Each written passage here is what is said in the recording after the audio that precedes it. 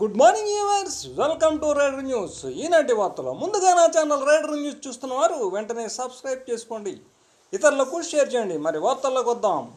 పవన్ పుట్టినరోజున సేవా కార్యక్రమాలు నిర్వర్తించాలి. రాజోలు ఎమ్మెల్యే దేవవరప్రసాద్ సెప్టెంబర్ 2వ తేదీన పవన్ కళ్యాణ్ పుట్టినరోజున సేవా కార్యక్రమాలు చేపట్టాలని రాజోలు శాసనసభ్యులు దేవవరప్రసాద్ అన్నారు. శివకోడు తెలగా కళ్యాణ మండపంలో జరిగిన ఒక కార్యక్రమంలో ఆయన మాట్లాడుతూ టీడీపీ, జనసేన, బీజేపీ నాయకులంతా ఈ సేవా కార్యక్రమాలను నిర్వర్తించాలన్నారు.